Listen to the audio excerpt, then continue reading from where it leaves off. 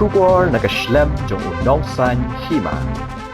School Anderson Higher Secondary School Upper New Northstone West Hsslc kalayo Biang Bandrung ya Kyrteng ha kathob ka bah clear do jong ki top 10 ha ka result jong ka Higher Secondary School Living Certificate balapan banada ka Meghalaya Board of School Education mentakas ngi ka khandai tere ujamang arajar arpulai hadin baka dayairi nongrem kalayo ya ka kerdan ka bashipau na ka commerce stream bat kabalayo ru ya ka distinction ha baro ki subject bat highest mark pat haki artli ki subject ba kentup ya ka English bat ka alternative English laban kadaw hang ni ban nakate ka school ha ka commerce stream ki dan khat prangut ki baya kun bat baro ki yo ban khet yo so jong ka jingjom shu ha ka science stream pan ki dan khat riungut ki balawan ha ka kerdan first division khandai ngut ha ka kerdan second division ka samla dayai ri ha bakran mikilat pathai kubor kalapan pawi ka jing sngongu ning kong e yo blenong bo nong thau bala don ring kat bat ka ha ka jing khon ya ka te ka exam kom juru ya ki me ki pa ki bahi nga sem bat kham tam ki no hi kai bala tin len ti ka wat ha ki ba buon ki jing e ka ba ka ya khon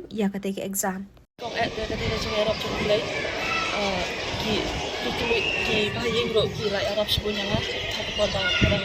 ki bela ka ga kasto ya cuma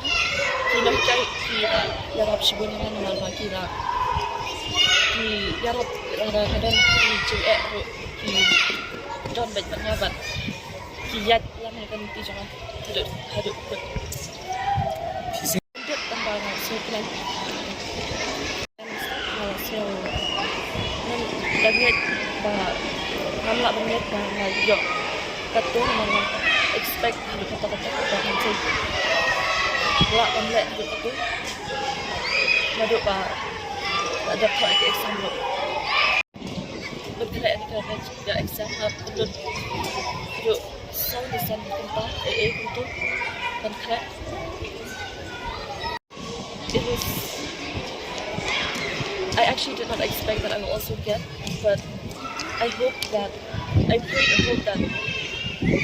my classmates will also do well, and they did, even though they did not get into the 10th position. I am proud of them as well as I am proud of myself. I am planning to go for BCom first, and then I am planning to go after my BCom. I'll try my very best to try for CA, and that is Chartered Accountant.